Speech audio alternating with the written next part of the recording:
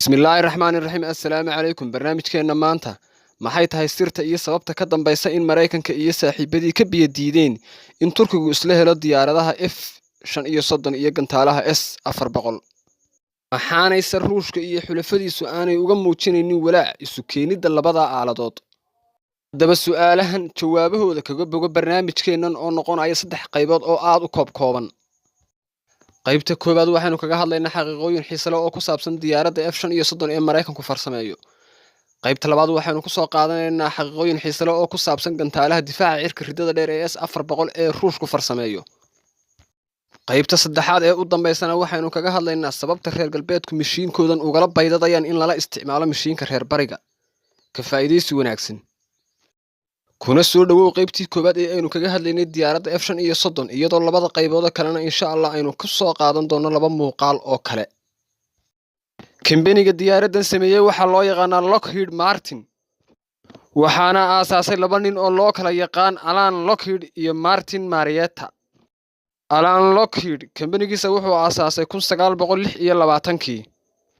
Martin Marietta wuxuu aasaasay shirkadiisa 1912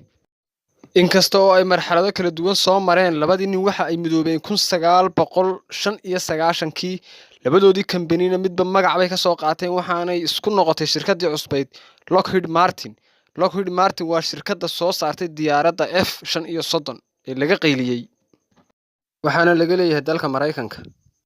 haddaynu soo qaadano diyaaraddani doorka ay ciyaarto ama kaalinta ay ku jirto waxa la yiraahdaa jiilka shanaad waana ujeedooyin badan. dhageysta marka aynu leenahay 5G waxa aynu u jeednaa haddaynu tusaale yar oo kooban soo qaadano marka aad isgaarsiinta maqasho waxaad maqashaa 2G 3G iyo 4G. G waa generation waxa ay ka dhigan tahay marka iyadu tahay jiilka shanaad iyadoo imka lagu yiraahdo waxaad isticmaashaa internet ah 5G iyada oo aan cid kala haysan 6G iyo 7G. marka aynu leenahay waa ujeedooyin badanna waxa aynu uga jeednaa waxa ay la shaqaynaysaa weerarro ka socda cirka qaar ka socda badda iyo qaar ka socda dhulka iyadoo iyada laftirkeedu mar weerar galaysa marna difaac galaysa mar gantaala qaadaysa iyada oo xog sahaaminaysa hawada ay duulayso iyo saldhigyada bartilmaameedyada cadowga intaba iyadoo raadaaradeeda khalkhalinaysa iyada laftirkeedu waxa ay ka dhigan tahay inay dagaalka intaa leeg ay kaligeed fulinayso maadaama oo xogta iyadu ay hesho ay la wadaagayso saldhigyada Mareykanku ku leeyahay daafaha adduunka oo dhan.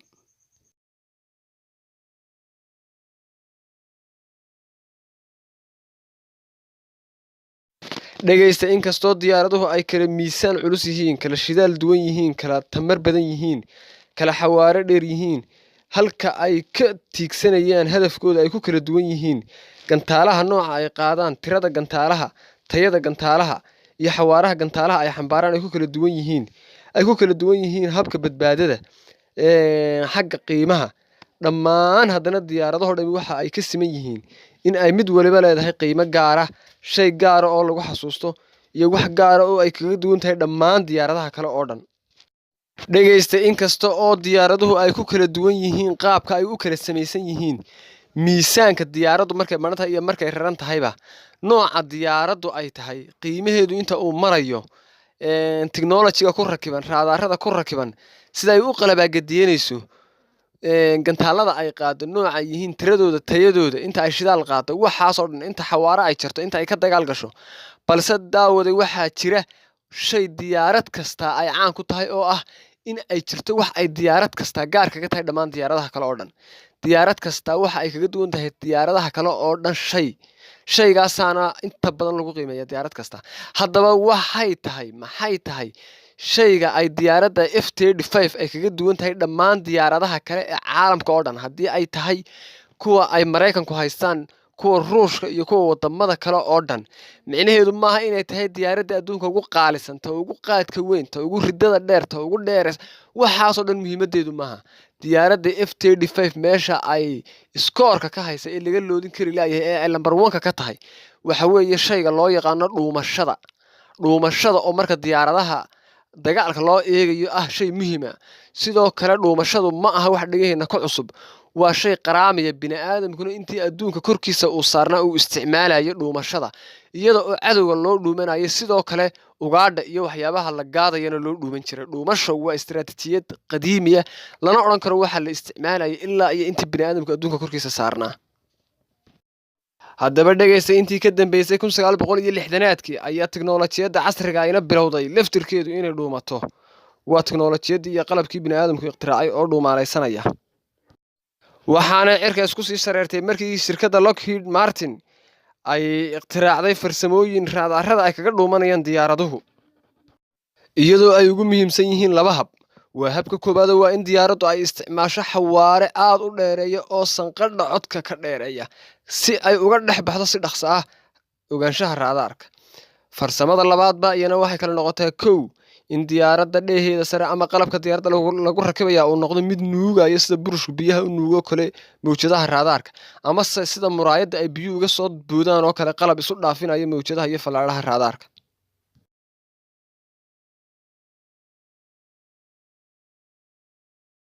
haddaba diyaaradda F-5 waxay u kala baxdaa 3 nooc oo mid kasta muhiimadiisa leeyahay nooca koowaad F-5 baa la yiraahdaa waxaanay gaar u tahay dalka Mareykanka oo isagu si gaar ah u haysta inta badanna waxay ka duushaa iyadu gegida dayuuradaha F-5 iyadu waa nooca labaad inta badanna waxay u kacdaa si qumaati ah waxaanay u soo fadhiisataa si qumaati ah F-5 waa nooca saddexaad badanaana marka ay ku soo degayso markabka diyaarad xambaarka ah waxa ay la soo baxdaa xarig balaastiga oo karaar jabiya xarigaas oo u qabanaya sida shimbiralaayaha oo kale nooca loo kaxeeyo diyaaradani maaha diyaaradaha loo yaqaan droniska ee la yiraahdo iskood ay isu wadaan diyaaraddan waxa kaxeeya duuliyayaal waliba waa diyaaradaha duuliyayaashu ay aadka u jecel yihiin ee ammaanaan naftoodana ay ku aaminaan injiiniska diyaaraddan waxa la yiraahdaa Pratt & Whitney F-150 injiinkeeda oo ah aalad casri ah oo aad iyo aad u malaasan macdanta iyo shidaalka la siinayana u bedelaya xarako xawaare iyo taatikooyin cajiiba diyaaraddan cabirkeeda hadaynu wax ka taabano dhererkeedu waxa uu gaarayaa 15.7 mitir halka joogeeda sarena gaaraya 4.4 mitir inta u dhaxaysa labadeeda baal wax noqonaysa 10.7 mitir aaga labadeeda baalna iyadoo la laban laabayo wuxuu noqonayaa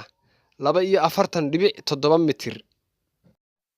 miisaankeedu marka ay maran tahay waxay noqonaysaa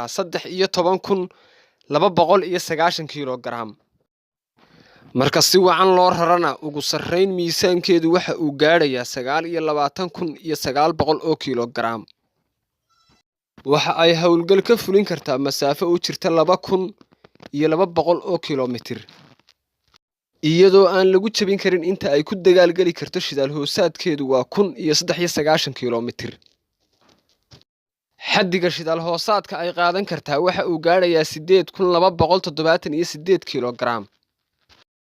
diyaaradani waxa ay kici kartaa 50,000 oo feet saacadiina waxay jaraysaa xawaare gaaraya 1,960 kilomitir oo u dhigantay 1.6 maach iyadoo ku dhawaatay inay laban laab ka dheereyso xawaaraha codka baahida hijiinkeedu shidaalka uu qabo tamarta uu ka dhalinayo waxa ay soo saaraysaa 40,000 oo IB marka si hagar la'aan shidaalka loo siiyo balse 25,000 oo IB ayay soo saaraysaa haddii shidaalka laga tashiilo marka ay ku jirto hawlaha militariga kartida ay u leedahay in ay ka midho dhaliso natiijo wax ku ool ah hawlaha loo igmaday waxay ka imanaysaa 4 meelood oo kala duwan inay su dhuumaalaysiya u samaysan indhayn dhegedhegeen iyo docogaysi iyadoo ku duulaysa joog hoose waa marka labaad inay isticmaasho dareemayaasheeda horumarsan waxaad aragtay daawade qof moobilka uu sito ku furayo intuu suulka saaro maxaad u malaynaysaa markii moobilkii yaraa ee jabnaa uu sidaa yahay alaaladda intaa leeg ee qaaliga ee lacagta intaa leeg ku fadhida dareemayaasha ku rakiban maxay kula noqonayaan arrinka saddexaad waxa weeye awoodda ay u leedahay xog raadinta xog ururinta xog isdhaafinta iyo isku dubaridka siraha meesha afraad waa shaashadan uu madaxa la galo duuliyuhu shaashadan oo soo koobaysa dhammaan barnaamijyada ku jira diyaaraddan waana shay in aynu wuxuun ka taabanno maahaane aynaan kaba soo horka laaban karin waxa ku duugan waa waxa yare koofiyadda aad moodo diyaaradani waxa ay hub qaadi karto haddii aynu eegno miisaankiisu waxa uu dhan yahay 8,160 kilogram qodobka kale muhiimka ah wuxuu noqonayaa inaynu isagana wax ka taabano noocyada gantaalada diyaaradani ay xambaarto ee ganto